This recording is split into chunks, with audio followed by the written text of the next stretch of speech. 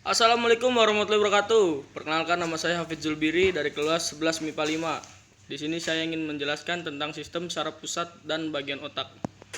Yang pertama ada sistem saraf pusat. Bagian dari sistem saraf yang mengatur fungsi organ dan anggota tubuh. Sistem saraf pusat terdiri dari dua sistem, yaitu otak dan juga sumsum tulang. Otak merupakan pusat saraf utama dan pusat pengendali semua aktivitas kehidupan. Otak terletak di dalam rongga tengkorak dan dilindungi oleh cairan cerebrospinal dan selaput otak yaitu meninges. Merupakan lapisan terluar. Dan arakonid merupakan lapisan tengah serta piameter lapisan terdalam dari meninges. Otak dibagi menjadi 3 bagian, yaitu otak besar, otak kecil, dan batang otak. Otak besar terbagi menjadi 2 bagian, yaitu otak kanan dan otak kiri. Belahan otak kanan berfungsi untuk mengontrol pergerakan di sisi kiri tubuh dan belahan otak kiri mengontrol gerakan di sisi kanan tubuh. Keduanya dipisahkan oleh struktur seperti parit yang disebut visura interhemisfer atau visura longitudinal. Permukaan luar otak besar disebut cerebral cortex. Cerebral cortex adalah bagian otak yang melekuk-lekuk. Bagian ini merupakan area otak di mana sel saraf membuat koneksi yang disebut sinaps. Sinaps merupakan sistem saraf yang mengendalikan aktivitas otak. Lobus otak besar.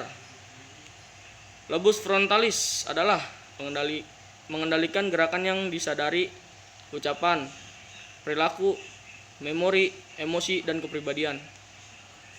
Bagian ini berperan dalam fungsi intelektual seperti proses berpikir, penalaran, pemecahan masalah, pengambilan keputusan, dan perencanaan.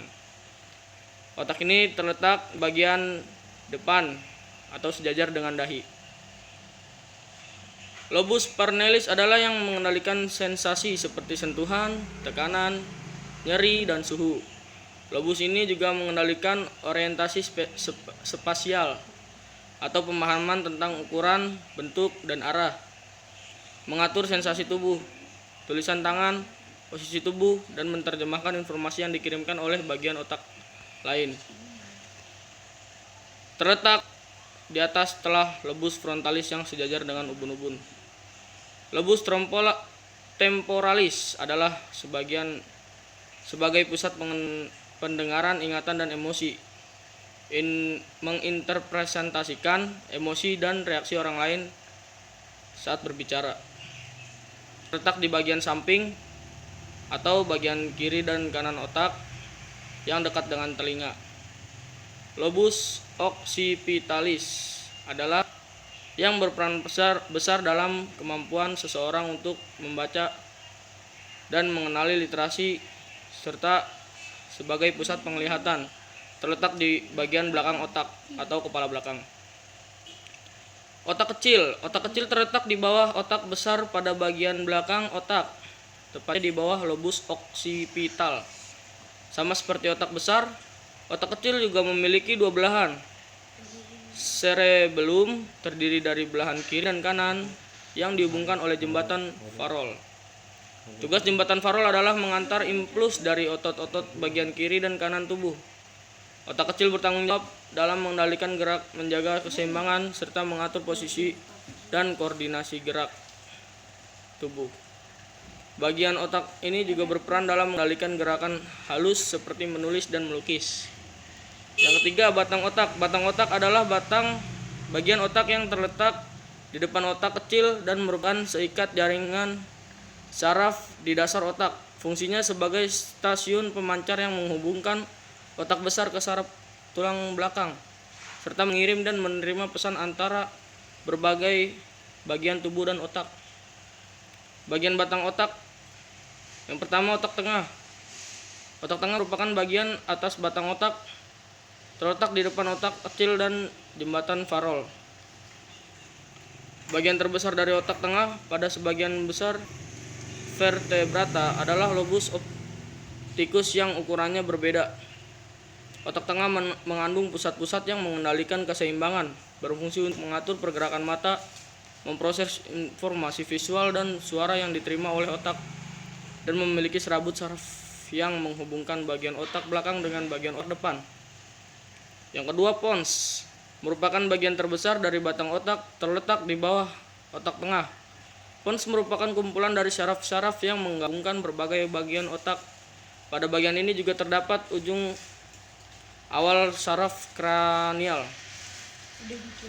Saraf kranial ini saraf yang berperan dalam pergerakan wajah dan mengantarkan informasi sensori ke otak dan berjumlah 12 pasang. Yang ketiga ada medula oblongata.